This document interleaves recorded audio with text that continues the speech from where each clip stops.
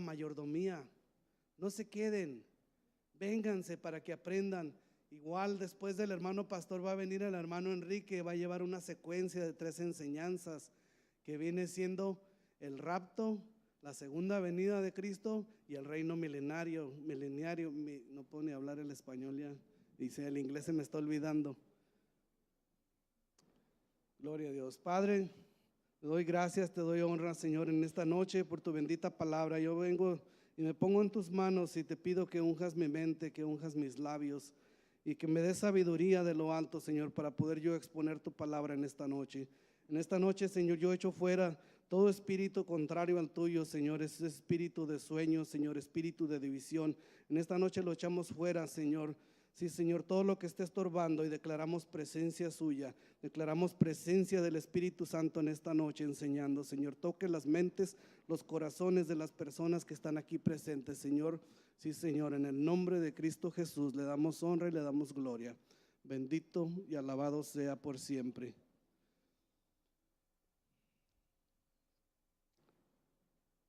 En esta noche me tocó exponer acerca de la iglesia. Dice Efesios 2:20 que la iglesia está edificada sobre el fundamento de los apóstoles y profetas, pero siendo la principal piedra del ángulo Jesucristo mismo, en quien todo el edificio bien coordinado va creciendo para ser un templo santo en el Señor. O sea que no podemos poner otro fundamento sino el que ya está puesto, que es Cristo mismo. Él es el que da el crecimiento a la iglesia. Hoy en día hay un debate o están en tela de juicio de cuándo fue cuando comenzó la iglesia, cuándo comenzó la iglesia a existir. Entonces, algunas personas piensan que viene desde el Edén, otros piensan que comenzó con la salida del pueblo de Israel en Egipto. Otros piensan que comenzó en el Calvario. Pero la iglesia, mi hermano, la iglesia comenzó el día de Pentecostés. Hechos 2 nos dice, fue cuando fue la inauguración de la iglesia, que es este cuerpo de Cristo, cuerpo de creyentes que somos nosotros. La iglesia no es un templo, no es un edificio, la iglesia somos nosotros. Cristo vive su vida a través de la nuestra. Entonces, esa es la iglesia. Cristo es el fundamento y no es Pedro, porque como dice la iglesia tradicional, que a Pedro se le dieron las llaves del reino de los cielos. Y miramos en Mateo 16:13, donde tiene esta conversación el Señor Jesucristo con los apóstoles, con los discípulos, y los lleva a este lugar, a Cesarea de Filipos, un lugar donde un judío jamás llegaría a ese lugar, un lugar donde había un gran río y había una cueva como una gruta donde caía el agua allí a la falda de un cerro, y allí las religiones paganas venían y sacrificaban cerdos. Pero ¿por qué lleva el Señor Jesucristo a los discípulos a este lugar siendo judíos? Porque les quería hacer la pregunta del $1,000,000. Usted sabe que ellos duraron 3 años en el instituto bíblico aprendiendo con el maestro, con el Señor Jesucristo, y ahí fue donde les dio el examen.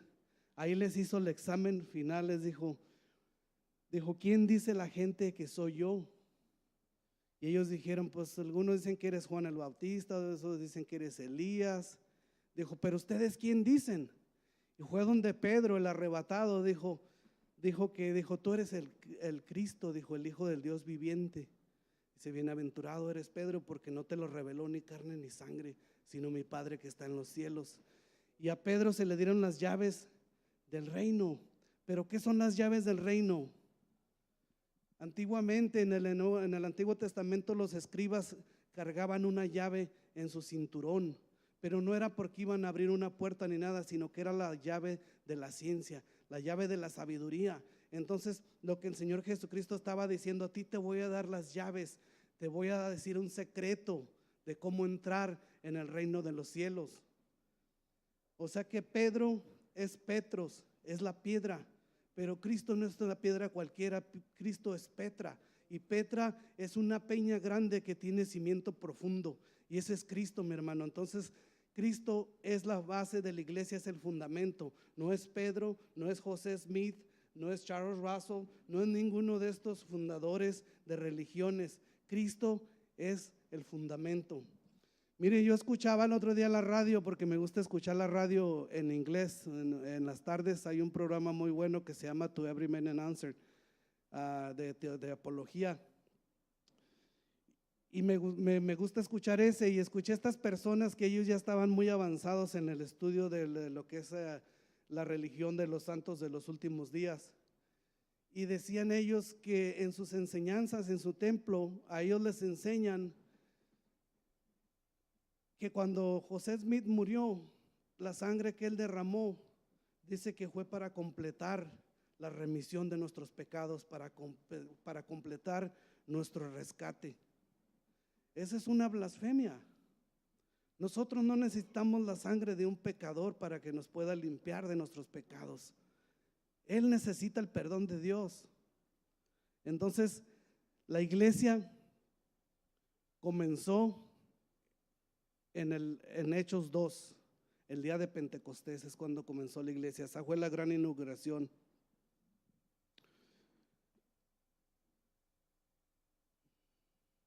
Pero ¿sabe qué? Cristo siendo la principal piedra del ángulo. Los judíos en sus edificaciones, en sus casas, cuando ellos hacían sus edificaciones, al final, cuando hacían dos muros en una esquina para unirlos, tenían una piedra angular que tenía ambos lados, que era la que amarraba los dos muros, las dos paredes. Entonces, sin esa piedra, las paredes quedaban flojas y podían caer. Entonces, Cristo es esa piedra angular que no solamente une los muros, sino que unió a los judíos y a los gentiles y nos hizo un solo cuerpo. Somos una sola iglesia, somos el cuerpo de Cristo. ¿No le da gusto que la sangre de Cristo está fluyendo en nosotros? O sea, Cristo es quien edifica la iglesia. ¿Sabía que Dios siempre ha vivido en una casa de 3 cuartos? Sí, en el principio vivió en una casa de 3 cuartos, vivió en Adán. Vivió en Adán, cuerpo, alma y espíritu. Era de 3 cuartos su casa. Pero Adán desobedeció, pecó y se mudó el Señor, se mudó Dios a otra casa de 3 cuartos, al tabernáculo, donde era el patio, el lugar santo y el lugar santísimo. Y gracias a Dios que sigue viviendo en una casa de 3 cuartos, sigue viviendo a través de nosotros. Sigue viviendo en nosotros, pero ahora tiene una morada permanente, no como el Antiguo Testamento que solamente iba y venía sobre los profetas, venía y los inspiraba. Ahora no, ahora Él mora en nosotros permanentemente. Mire, nosotros somos seres triunos y en el cuerpo es para que nosotros nos relacionemos con las cosas materiales. Ese es el patio. Y en el alma nos relacionamos con otros seres humanos, ese es el lugar santo. Pero en el espíritu nos relacionamos con Dios y ese es el lugar santísimo. Nosotros somos templo y morada del Espíritu Santo. ¿No le da gusto eso? Gloria a Dios. Entonces la iglesia, dijimos que el origen de la iglesia data del día de Pentecostés.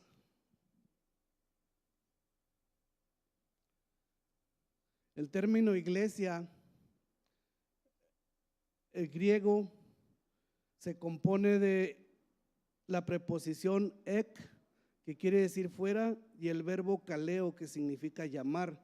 Por tanto, eclesia denotaba originalmente un grupo de ciudadanos llamados de donde estaban y reunidos en asambleas con un propósito concreto.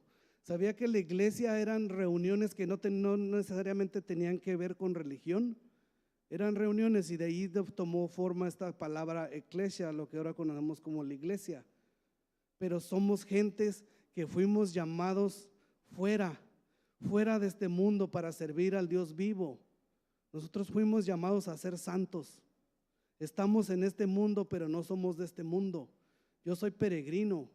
Mucha gente le digo que yo no soy de este mundo y me dicen, con razón te miro así medio verde y chaparrito. Dice, soy extraterrestre. No, y sí soy extraterrestre porque no soy de aquí. Yo estoy de pasada aquí. Yo vengo de paso.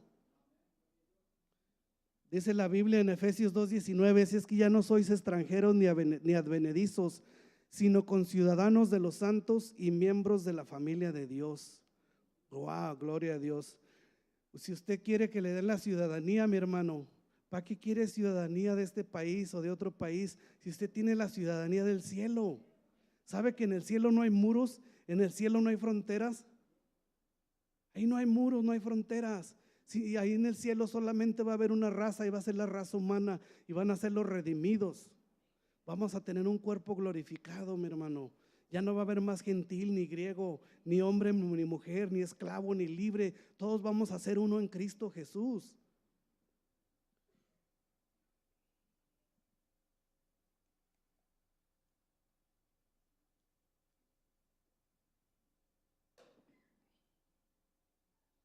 Entonces sabemos que la iglesia comenzó el día de Pentecostés. Y hay algunos pasajes que nos indican esto. Por ejemplo, en 1 de Corintios 12:13 dice, donde se dice que por medio de un solo espíritu todos fuimos bautizados en un cuerpo.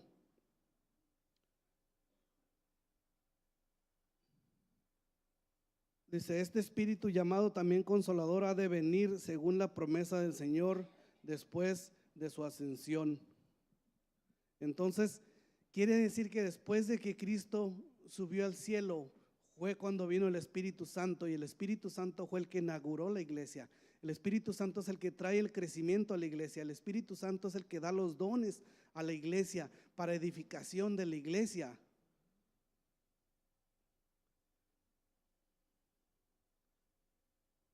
Pero ¿sabe qué es lo triste?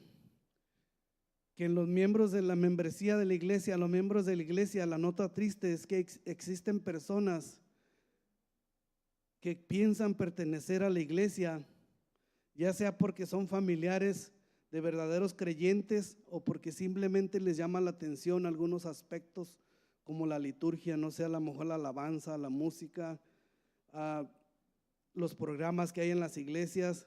Pero lo cierto es que para ser un miembro, para ser parte del cuerpo de Cristo, para ser parte de la iglesia, es necesario cumplir como lo establecido en la palabra del Señor Jesucristo. Y hay muchos cristianos que dicen, yo soy cristiano de cuna. No es cierto, no hay cristianos de cuna. Usted tiene que arrepentirse y tiene que recibir a Cristo como su Señor y Salvador. Tiene que confesar el señorío de Cristo para poder ser un verdadero creyente.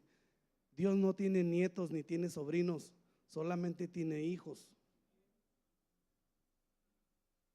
Es que la salvación es individual y la única manera de ser parte de este cuerpo, de esta empresa que es la iglesia, es naciendo de nuevo. Es necesario nacer de nuevo, le dijo el Señor Jesucristo a Nicodemo en San Juan 3:3. Me llama mucho la atención por qué Nicodemo quería venir al Señor Jesucristo y vino de noche. Nicodemo era un hombre exitoso, lo tenía todo. Era fariseo, miembro del Sanedrín, tenía fama, tenía fortuna, tenía todo lo que un hombre puede tener. Pero dice que vino intrigado al Señor Jesucristo de noche. Dijo, porque esos milagros que tú haces, dijo, solamente los hace alguien si viene de Dios. Venía intrigado, pero yo digo, ¿por qué vino de noche? Mucha gente dice que por miedo a los demás fariseos, a los religiosos, no sé, pero yo me imagino que él ha de haber venido de noche porque no podía dormir. No podía dormir. Y en lugar de estar contando ovejas, dijo, mejor voy a hablar con el pastor. Nicodemo no podía dormir. Y cuando llega y adula al Señor Jesucristo y le dice que sabemos que vienes de Dios, el Señor Jesucristo inmediatamente fue al meollo del asunto. Dijo, Nicodemo, dijo, es necesario nacer de nuevo para que puedas ver el reino de los cielos. Ahí es donde viene Nicodemo y dice, ¿cómo puede un hombre viejo entrar por segunda vez en el vientre de tu madre? De su madre. Dice, tú no me has entendido, Nicodemo, eres maestro. Dijo, y no entiendes, dijo, si te hablo cosas terrenales, dijo, ¿qué será a ti si te hablo las espirituales? Nicodemo no entendía el nuevo nacimiento. Dice, es necesario nacer del agua y del Espíritu. Ahora yo me ponía a pensar, ¿qué es nacer del agua y del Espíritu? Alguna gente piensa que nacer del agua es cuando nacemos físicamente en el vientre de nuestra madre, porque estamos en una bolsa de agua. Nacer del Espíritu es cuando nosotros abrimos nuestro corazón a Cristo Jesús, cuando somos bautizados en el nuevo cuerpo de creyentes. Es cuando nosotros nacemos espiritualmente, cuando recibimos a Cristo Jesús como nuestro Señor y Salvador. Entonces, nacer del agua y nacer del Espíritu. Entonces, para nacer del agua o nacer físicamente, cuando uno nace solamente físicamente, usted no tiene vida, usted tiene existencia. Usted no tiene vida hasta que nace espiritualmente. Hay mucha gente allá afuera que está muerta caminando, son zombies, tienen existencia pero no tienen vida, porque solamente Cristo puede darnos vida y vida en abundancia. Entonces, físicamente solamente tiene una existencia, pero no tiene una vida.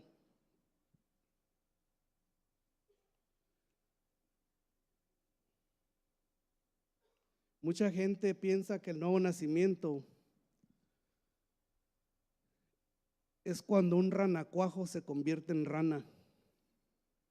Pero yo les digo que no, les digo, eso no es así, no es que un ranacuajo se convierte en rana, le digo, es que un sapo se convierte en príncipe de Dios por el beso de la gracia. Pero ¿sabe qué? Hay gente que comienzan como príncipes en el medio artístico y terminan como sapos. Y nosotros no, nosotros somos al revés. Nosotros éramos como un sapo, viene Cristo y te da el beso de la gracia y te convierte en un hijo de Dios.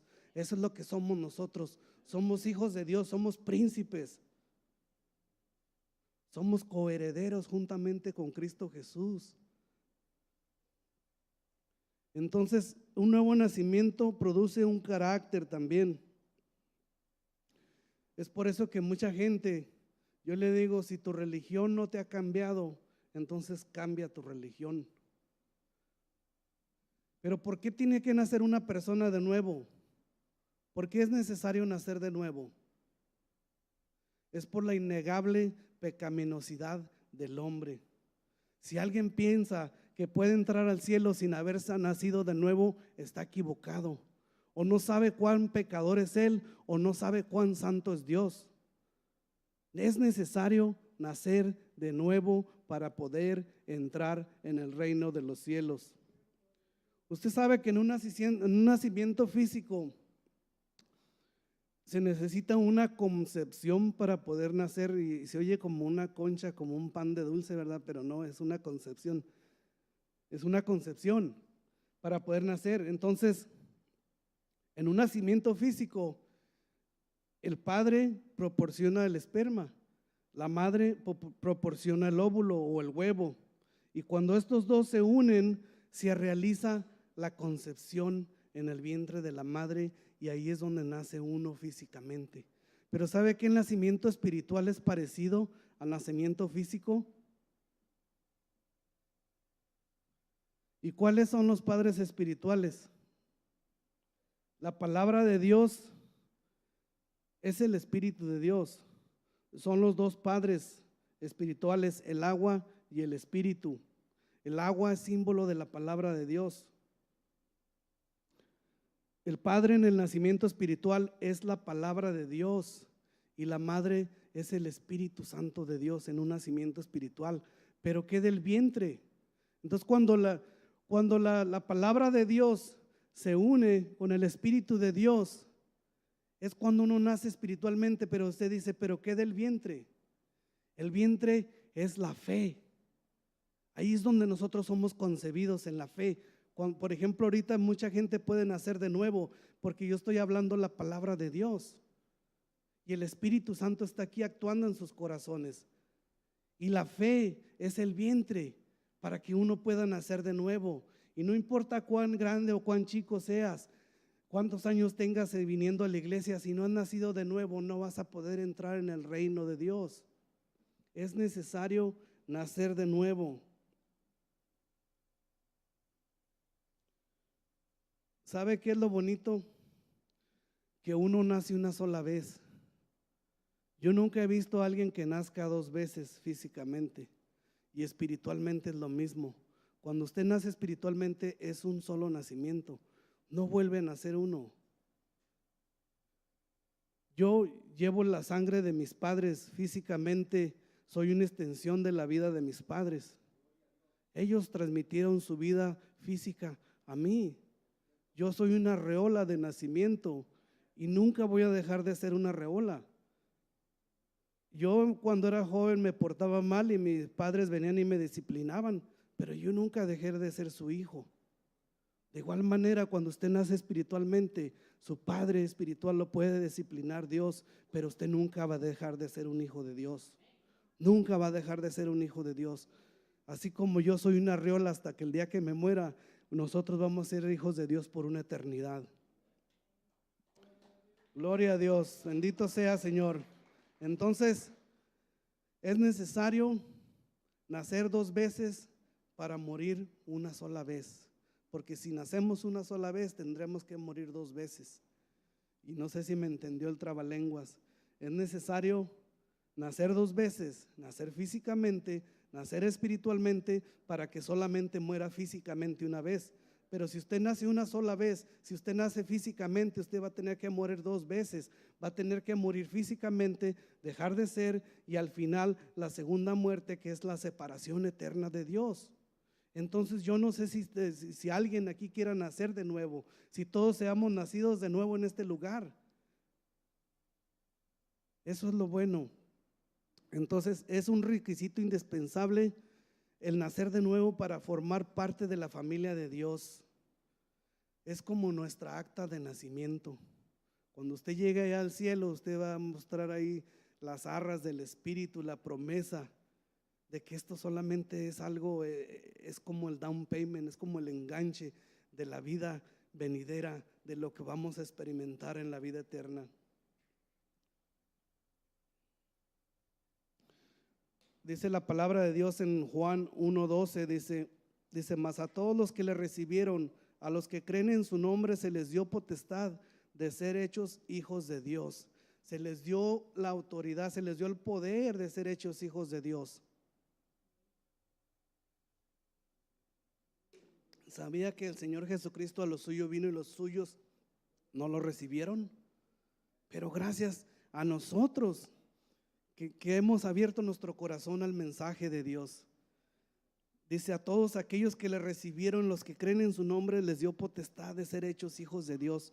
¿Usted sabía que en el Imperio Romano usted podía desheredar a un hijo, pero a un hijo adoptivo no? La ley no le permitía desheredar a un hijo adoptivo. Y si Dios me adoptó como su hijo adoptivo, a mí no me va a desheredar. Yo soy coheredero juntamente con Cristo, mi hermano. Entonces, yo soy su hijo por adopción. Dice la palabra de Dios en primera de Pedro 1:23, dice, siendo renacidos de simiente incorruptible, no de simiente corruptible, sino de incorruptible por la palabra de Dios que vive y permanece para siempre. ¿Cuál es la simiente corruptible? Adán, Eva, mis padres terrenales. Pero gracias a Dios que Cristo nos rescató de nuestra vana manera de vivir, mi hermano, derramando esa sangre bendita en el Calvario. Gracias a Dios por eso. No con cosas corruptibles como el oro y como la plata, porque el oro y la plata se devalúan. Todo depende de la bolsa de valores y de Wall Street. Pero la sangre de Cristo, mi hermano, es incalculable su valor. La sangre de Cristo no se desprecia. Gloria a Dios. Entonces somos renacidos, pero no rescatados no por cosas corruptibles, sino por esa bendita sangre. El reglamento local de las iglesias, yo no sé si varía en algunas iglesias, pero aquí venía en esta lección y se los tengo que dar también. Si no están de acuerdo, no me digan a mí, vayan y hablen con el pastor. Entonces, el fundamento está fundamentado, el reglamento en las iglesias debe estar fundamentado en la palabra de Dios. El reglamento de la iglesia local establece ciertas normas para ser miembro de una congregación, en las cuales enumeramos las siguientes. Dice, tiene que haber experimentado la salvación por la fe en el Señor Jesucristo y confesado el propósito de seguirle hasta el fin. O sea que usted, para ser miembro de una congregación, usted tiene que ser salvo primeramente. Tiene que haber confesado a Jesucristo como Señor y Salvador. Dice la palabra en Romanos 19:10, dice que si confesares con tu boca que Jesús es el Señor y creyeres en tu corazón que Dios le levantó de los muertos, serás salvo, porque con el corazón se cree para justicia, mas con la boca se confiesa para salvación. Yo no sé si todos aquí hemos confesado algún día. Es necesario que confesemos con nuestra boca para ser salvos. No solamente basta sentirte mal y arrepentirte, tienes que confesar. El otro punto es que tiene que haber sido bautizado en agua por inmersión. O sea que tiene que ser sumergido. La palabra bautizado literalmente significa sumergir. Eso es lo que significa. Entonces no es por aspersión, no es aspersión que te chorrean el agua en la cabeza. No, tienes que ser zambutido en el agua, sumergido. Y sabemos que el bautizo es un símbolo de la muerte, sepultura y resurrección de nuestro Señor Jesucristo. Y cuando nosotros somos bautizados, estamos dando testimonio en un acto público de que nosotros hemos decidido seguir al Señor, de que hemos recibido a Cristo Jesús como nuestro Señor y Salvador, y por ende usted puede participar del cuerpo de Cristo en un ministerio en la iglesia. Mientras no es bautizado, usted no puede estar participando en una iglesia. Dice, por tanto, dice la palabra de Dios, por tanto, id y hacer discípulos, Mateo 28:19, a todas las naciones, bautizándoles en el nombre del Padre, del Hijo y del Espíritu Santo. Entonces, esa es la fórmula bautismal, en el nombre del Padre, del Hijo y del Espíritu Santo, porque hoy en día hay religiones que te dicen que si estás bautizado en Jesús, si fuiste bautizado en la Trinidad, te tienen que volver a bautizar porque el bautismo otro no valió.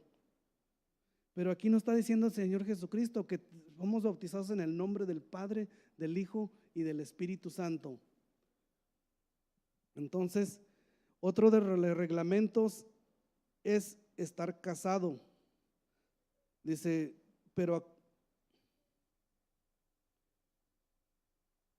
dice en 1 Corintios 7:2 y el 11 y el versículo 20, dice, pero a causa de las fornicaciones cada uno tenga su propia mujer y cada una tenga su propio marido, y si se separa, quédese sin casar o reconcíliese con su marido, y que el marido no abandone a su mujer. Cada uno quédese en el estado en que fue llamado, en él que se quede. Mi hermano, ¿por qué le está diciendo Pablo esto? Sabía que en los Corintios había prostitutas religiosas y muchos hombres casados iban a esos templos. Por eso Pablo los está corrigiendo aquí. Incluso en otras cartas viene donde dice que la mujer debe de tener el pelo largo, que no podría tener el pelo corto porque era deshonroso. ¿Pero por qué? Porque estas mujeres usaban el pelo corto y no quería que las confundieran. Entonces, pero hoy en día es un gran debate del pelo, que si lo deben de tener largo o corto. Pero el hombre, la Biblia dice que no debe de tener el pelo largo. La mujer sí debe de tener el pelo largo. Entonces, dice la Biblia, dice, esto es para los casados. Por causa del Señor, dice, someteos a toda institución humana, dice, ya sea al rey como al superior y a los gobernadores como a los enviados, para castigo de los malhechores y alabanza de los que hacen bien. Entonces, yo no sé por qué me pusieron este versículo aquí, no tiene nada que ver con lo que estamos hablando.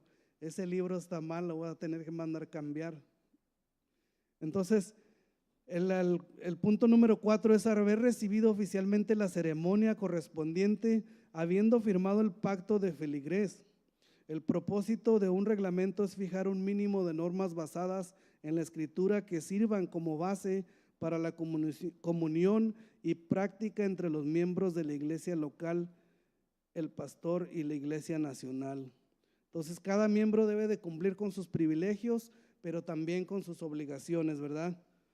El ministerio en la iglesia es el próximo punto. Entonces, la función de la iglesia es esencialmente misionera, ya que es la encargada de promover el propósito redentor de Cristo a favor de la humanidad. Esta tarea no ha terminado y continuará realizándose hasta el fin del tiempo de la gracia. Entonces, esta responsabilidad se fundamenta en la orden del Señor Jesucristo, que dijo que fuéramos y predicáramos el evangelio a toda criatura.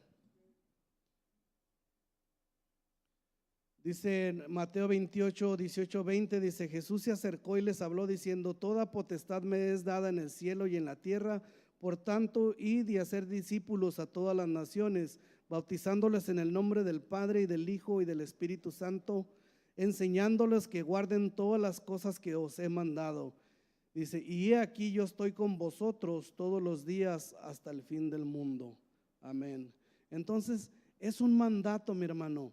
El Señor Jesucristo no te está diciendo que si puedes o que si tienes tiempo. Muchas veces nosotros queremos predicar, queremos hacer la obra misionera, pero no le hablamos ni siquiera al vecino. El pastor te quiere mandar que le hables a la China, dice, pero la China es la vecina y ni siquiera eso le quiere uno ir a hablar. O sea, es un mandato de Cristo, quiere que vayamos y hagamos la obra misionera. Y dice, ¿cuál es la promesa? Que Él estará con nosotros todos los días hasta el fin del mundo. Pero yo parece que yo nada más lo miro los domingos en la mañana, o dice que todos los días, o los viernes en las tardes. Todos los días hasta el fin del mundo. Hay tanta necesidad allá afuera en el mundo.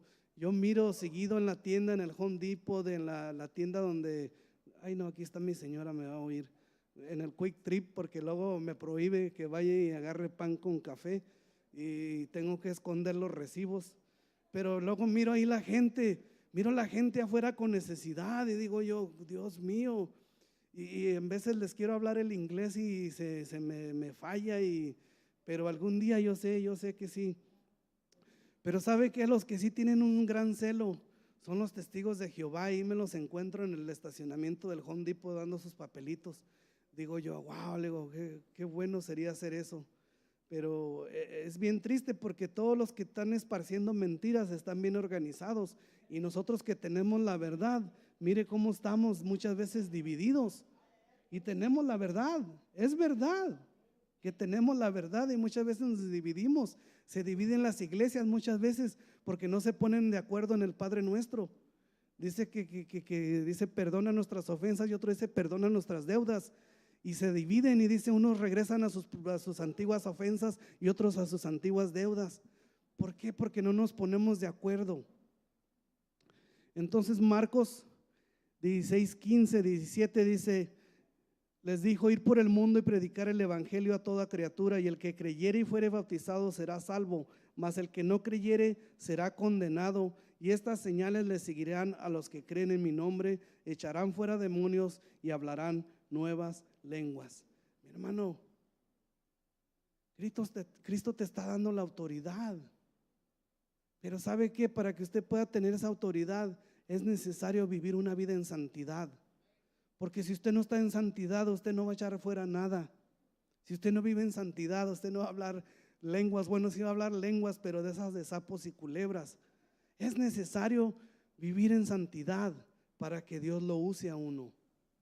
Dios no usa los vasos sucios, aunque sí los ha usado en el Antiguo Testamento, ¿verdad? Al rey Ciro y a varios, pero Dios quiere un vaso limpio. Entonces es un mandato. Cristo les ordenó a sus discípulos que se quedaran en Jerusalén, dice, hasta que recibieran poder de lo alto, hasta que recibieran el Espíritu Santo el día del Pentecostés. Pero ¿sabe qué? Él ya les había soplado en la nariz y dijo: recibid el Espíritu Santo. Ellos ya habían nacido espiritualmente, pero no habían sido investidos de poder, sino hasta el día de Pentecostés, cuando vino el Espíritu Santo con gran poder. Y dice que empezaron y hablaron nuevas lenguas. Y Pedro decían que estaba borracho, que estaba ebrios. Dice Pedro: no estamos ebrios, son las 9 de la mañana.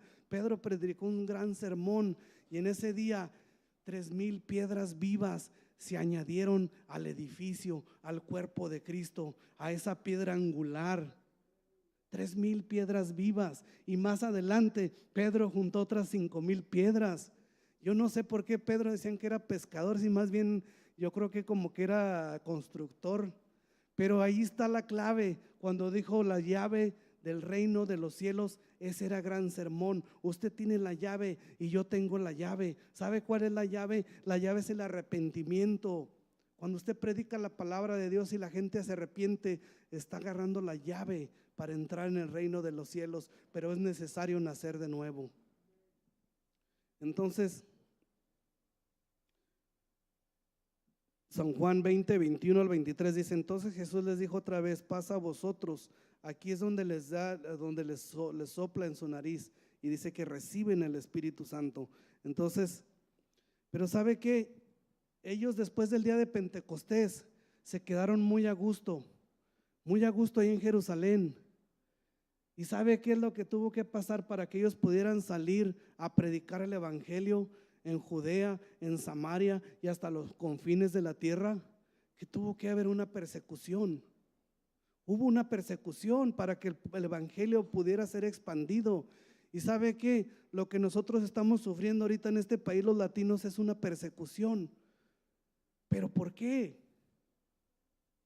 Porque el diablo sabe que nosotros somos latinos y que estamos evangelizando y somos cristianos y vamos a evangelizar a los blancos otra vez en este país. Nosotros los latinos vamos a traer un avivamiento a este país. Por eso es que nos quieren deportar, por eso es que no nos quieren en este país. Él sabe que nosotros somos el futuro de este país. Gloria a Dios por eso. ¿Sabe qué? Si usted no está haciendo nada por Dios, Él no le va a hacer nada a usted. El enemigo dice: ¿para qué? Pero métase con Dios y verá que Él se mete con usted. Yo escuchaba el otro día una anécdota y me gustó mucho de cómo el enemigo nos odia. Y dice que había este hombre que tenía un huerto de árboles.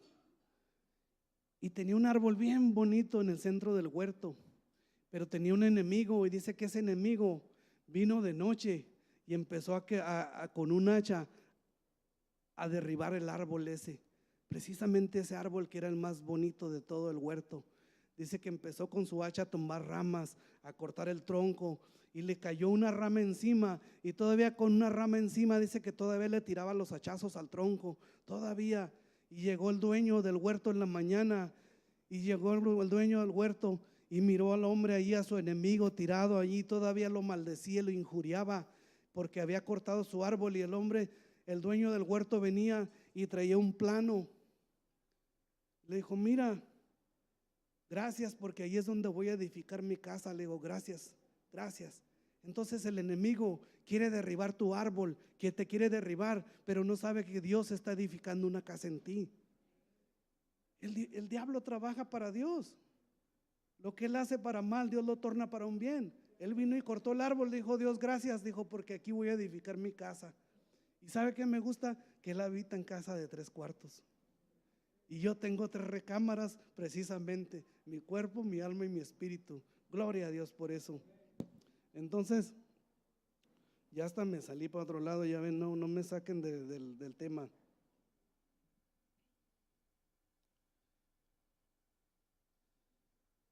Entonces, mi hermano, es una orden que nosotros vayamos y predicamos el evangelio. ¿Sabe de que los cristianos están sufriendo en el Medio Oriente? Están sufriendo en los países comunistas por el simple hecho de ser cristianos. ¿Usted sabía que hay países árabes donde la gente no tiene Biblia y se pasan una hojita clandestinamente de una casa a otra? ¿Usted sabía que si lo agarran con una Biblia son 8 años de cárcel? ¿Usted sabía que hay un pastor encarcelado en Turquía por predicar el evangelio y que está acusado de blasfemia? Es tremendo cómo ISIS está matando a los cristianos. Hombres, jóvenes, niños los están quemando vivo, y a las mujeres las prostituyen, las venden como esclavas sexuales. Y nosotros, la iglesia occidental, ¿qué estamos haciendo? No estamos haciendo nada. Nosotros estamos bien cómodos en nuestro aire acondicionado, en nuestras sillas cómodas.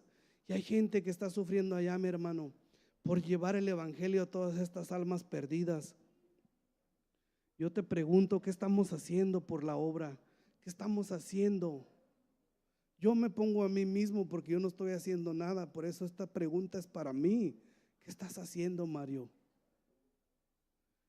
Gracias a Dios porque Cristo quiere que prediquemos este bendito evangelio aquí y ahora, ahorita que podemos, ahorita que hay libertad.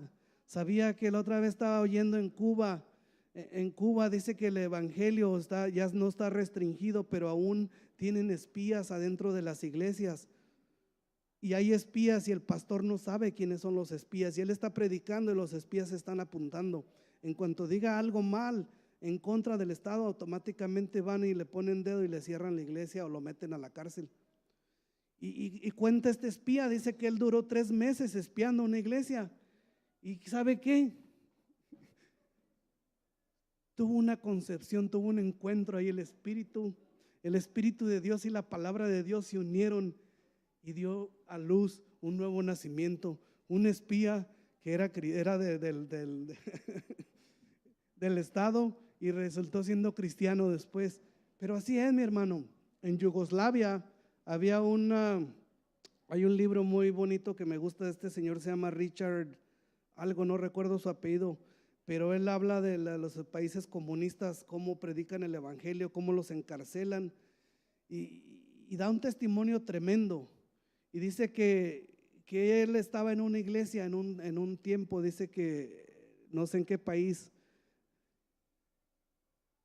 y es comunista, pero dice que estaban en la iglesia y apenas había empezado el servicio cuando llegaron los soldados. Llegaron los soldados fuertemente armados y dijeron, ¿saben qué? Dijo, todos los que no sean cristianos, sálganse para afuera. Pues la mayoría de la iglesia se salió, se quedaron unos cuantos ahí orando y hincados. Y cuando ya miró que se salieron todos, el cabecilla de los soldados, dijo, ahora sí muchachos, dijo, vamos a alabar a Dios, dijo, pongan sus armas en un lado. Gloria a Dios. Si vinieran en esta noche a esta iglesia armados y dijeran, sálganse los que no son cristianos, se iba a quedar sin predicador. No se crea, bendito sea. Gloria a Dios. Pero sí, estamos dispuestos a dar nuestra vida por Cristo. ¿Se imagina esos hombres que se quedaron? Han de haber cerrado sus ojos y han de haber estado orando y han dicho, Señor, en tus manos encomiendo mi espíritu. Y resulta que eran cristianos, pero eran clandestinos porque no podían serlo. Entonces, Dios obra de maneras misteriosas, pero Él quiere que prediquemos el evangelio a tiempo y fuera de tiempo. Entonces yo los exhorto que hagamos algo. Si puedes ir ahí a la panadería, a la Estrella o al rancho, a donde quieras, llévate tus trataditos, háblale a la gente, háblale. Mira que hay mucha gente allá afuera que está muriendo. Bueno, prácticamente está muerta.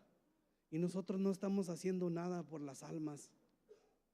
Entonces, la única esperanza de salvación para el mundo depende de que la iglesia cumpla con su obra misionera.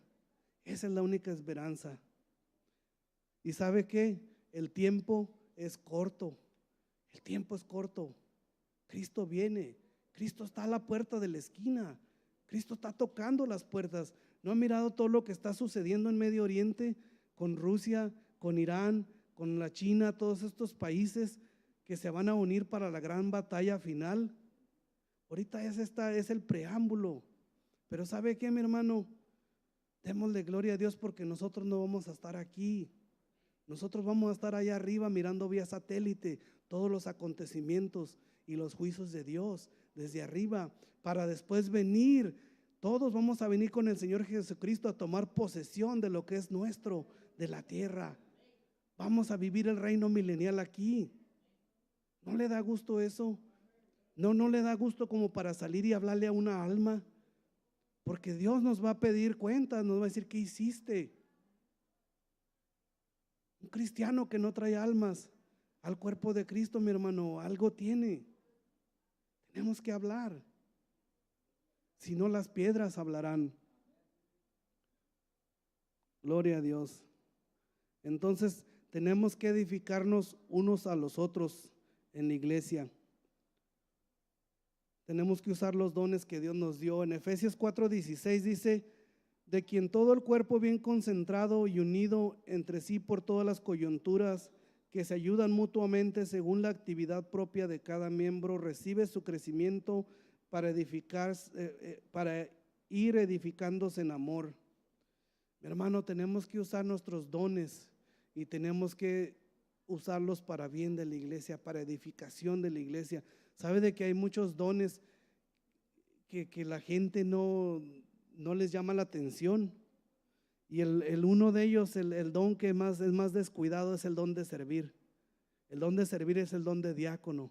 Ese nadie lo quiere. Todos queremos el don de la profecía, o todos queremos hablar lenguas, pero no queremos servir, mi hermano. Dice, hay una infinidad de dones. El don de exhortar. Yo miro a mi señora, tiene ese don de exhortar ella, porque seguido me exhorta, pero con amor. Hay el don de repartir, el don de repartir, el don de presidir. A lo mejor usted no tiene el don de predicar, a lo mejor, pero puede hacer cuentas, puede llevar la contabilidad, puede hacer algo en la iglesia. Y hay el don de la misericordia también, porque hay misericordiosos. Esos son dones que son muy descuidados. Nosotros queremos los dones más vistosos, pero el de servir, nadie lo queremos. Gloria a Dios. Entonces tenemos que edificarnos mutuamente. Dice el Señor Jesucristo, dijo: y yo rogaré al Padre y Él os dará otro consolador para que esté con vosotros para siempre. ¿Sabe que la palabra consolador, el paracletos, es consolador, pero también es intercesor y es abogado? Él nos va a dar un abogado para que esté con nosotros para siempre. Y Él os enseñará, dice, todas las cosas que os he recordado. Todo lo que Él nos recordará, todas las cosas que el Señor Jesucristo nos ha dicho. Quiere decir que el Espíritu Santo te va a recordar solamente lo que tú ya has leído, lo que tú has estudiado. Eso es lo que te va a recordar. Ese es el ministerio del Espíritu Santo. O sea que la gente quiere predicar, la gente quiere profetizar, pero no quieren leer la Biblia. Y si no leemos la Biblia, ¿qué nos va a recordar el Espíritu Santo? Es necesario meterse en las aguas profundas de la palabra de Dios para que Dios te revele cosas, para que el Espíritu Santo venga y te recuerde. Porque si tienes tu cofrecito ahí pero no le metes nada, ¿qué le vas a sacar? Tienes que estar constantemente estudiando la palabra de Dios. Y no solamente es el estudio, sino la meditación en la palabra de Dios y la oración. ¿Sabe que me gusta mucho la palabra meditar? Porque la palabra meditar literalmente significa rumiar. ¿Sí han mirado las vacas que comen y luego se acuestan y luego vuelven a sacar la comida y la mastican otra vez, se la vuelven a meter al otro estómago? Entonces nosotros los cristianos deberíamos de tener dos estómagos para poder rumiar, para poder meditar la palabra de Dios. O sea, usted viene y come ahorita palabra de Dios y usted va a su casa y rumea, medita, la vuelve a masticar y la vuelve a digerir. Eso es meditar en la palabra de Dios. Entonces, la iglesia también tiene que hacer obra social. Entonces, Cristo estableció la iglesia con un propósito, y es el de continuar su ministerio sobre la tierra, aunque la prioridad para el pueblo de Dios es el de la predicación del evangelio.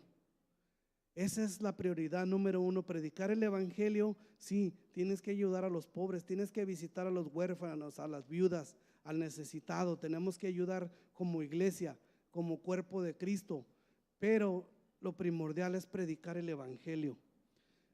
Mire lo que dice Juan 12, 14 al 8, dice: y dijo uno de sus discípulos, Judas Iscariote, hijo de Simón, el que le había de entregar, ¿por qué no fue este perfume vendido por 300 denarios y dado a los pobres? Pero dijo esto no porque se cuidara de los pobres, sino porque era ladrón, y teniendo la bolsa sustraía de lo que se echaba en ella. Entonces Jesús dijo: déjala, para el día de mi sepultura ha guardado esto.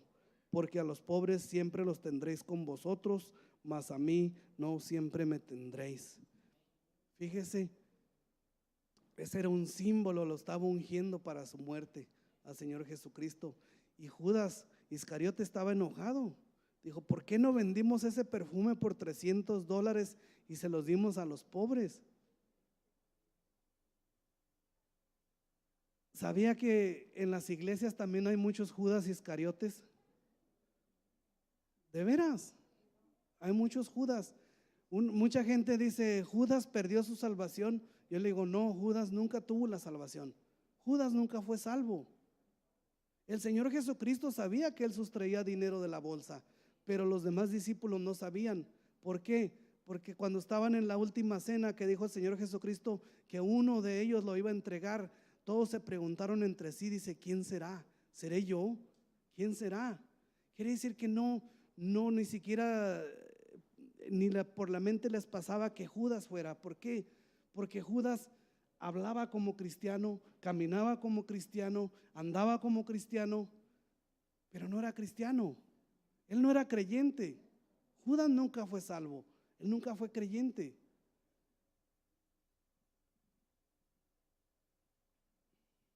¿Y sabe qué? Judas no perdió su salvación, él simplemente nunca la tuvo. Y se me olvidó el punto al que yo iba, de que Judas era ladrón, pero los discípulos nunca imaginaron que él fuera, porque normalmente usted le confía la administración de un ministerio a alguien de buena reputación. Entonces Judas lo miraban como un hombre de buena reputación. Nunca sospecharon de él. Y le digo que hay muchos Judas, no, en esta iglesia no, en la de Hawái. En esta iglesia no, aquí todos somos creyentes y todos somos nacidos de nuevo. Así es que, pero dice Santiago que tenemos que hacer la obra social, que tenemos que visitar al huérfano, tenemos que visitar a la viuda. Dice que la verdadera religión es hacer obra social, pero sabe que la iglesia no debería de estar peleando en contra del aborto ni en contra de los matrimonios del mismo sexo. Todas estas obras sociales no deberían estar peleando en todo esto. Si tan solo predicásemos la palabra de Dios, la gente se convertiría y automáticamente estarían en contra del aborto, porque yo no he conocido ningún cristiano que esté a favor del aborto. Yo no he conocido ningún cristiano verdadero nacido de nuevo que esté a favor del matrimonio del mismo sexo. Yo nunca he conocido. Entonces, si nosotros predicamos la palabra, va a cambiar. Sí, tenemos que votar, ir a las urnas, tenemos que hacer nuestros deberes como ciudadanos, pero lo primordial es predicar la palabra de Dios.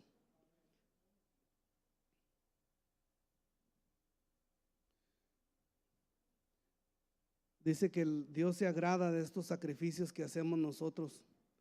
Entonces, yo no sé cuántos de aquí visitan hospitales o visitan cárceles o visitan a un hermano simplemente cuando está enfermo, o le llaman por teléfono, le dan una palabra de aliento.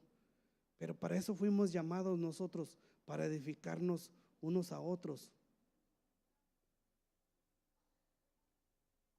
Dice Hebreos 13:15, dice, así que ofrezcamos siempre a Dios por medio de él sacrificio de alabanza, es decir, fruto de labios que confiesen su nombre, y de hacer bien y de la ayuda mutua, no os olvidéis, porque de tales sacrificios Dios se agrada. Dios se agrada de que nos ayudemos los unos a los otros. Dice que primordialmente con los de la iglesia, con los hermanos. Así que donde debe de comenzar el trabajo de ayuda comunitaria es en nuestra colonia, en nuestro barrio, en nuestro vecindario, porque siempre hay mujeres solas que se quedaron solas por algún motivo, alguna razón. Hay niños y hay tanta necesidad. Ancianas, hay viudas que deberíamos de estar nosotros. Yo me pongo a pensar, a mí mi visión es que algún día nosotros como iglesia Palabra de Fe salgamos un grupo los sábados en el vecindario y en las casas donde hay ancianos, ancianitas, ir y decirles, ¿sabe qué? Le podemos cortar su zacate, le podemos limpiar la yarda. Eso es lo que nosotros deberíamos de estar haciendo. Llévese una playera que diga palabra de fe y vaya a las casas de los ancianos y dígale, ¿quiere que le ayude? Eso deberíamos de estar haciendo. ¿Sabe que eso lo impactaría mucho a la gente? ¿Por qué? Porque la gente está harta de palabras. La gente quiere ver acción de los cristianos, nos quiere ver accionando, quiere que mostremos el verdadero amor de Dios. Muchas veces vamos y predicamos y en lugar de traerles el amor de Dios, le traemos juicio inmediatamente. Dice mi hermano que un día fue a predicar y no sé qué le dijo algo a un hombre de su religión y se le sacó una escopeta. Mi hermano, nosotros no vamos a hablar de religiones, vamos a hablar de Cristo Jesús. Dice, salió el hombre con una escopeta y me corrió. ¿Por qué no llega y le dice, te ayudo a limpiar tu casa? ¿Quieres que te ayude? Yo he estado lavando el carro un día y llegaron unos muchachitos que andan en bicicleta con mochila atrás. Me dijeron, ¿te ayudamos a lavar el carro? Digo, no, ya estoy terminando. De todos modos sí me agarraron un rato y estuvimos ahí platicando. Pero eso es lo que nosotros deberíamos de estar haciendo como iglesia para poder impactar al mundo. Porque nosotros no estamos impactando al mundo, el mundo está impactando a la iglesia. La iglesia no está ganando al mundo, el mundo se está ganando a la iglesia. Es tremendo, pero es la verdad. Es la verdad, a mí me duele.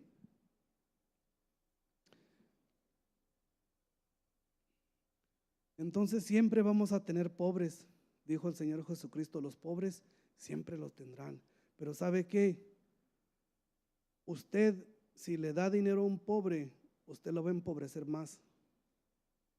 Usted dele un pescado y dele una caña y enséñelo a pescar. Esa es la única manera que pueden salir de ese ciclo de vida, de ese círculo en los que ellos viven. Esa es la manera que nosotros deberíamos de trabajar. No le des dinero, dale pan y dale la manera de que él pueda ganarse su pan dignamente. ¿Sabe que existe toda una organización, todo esto de la pobreza, cómo explotan a la pobreza en el África? Ya ve que ponen la televisión, los niños pobres del África. Bueno, hace 30 años que todos los países occidentales están mandando millones y millones y millones de dólares y la gente se sigue muriendo de hambre en el África. ¿Y sabe quiénes son los únicos que están recibiendo toda esa ayuda?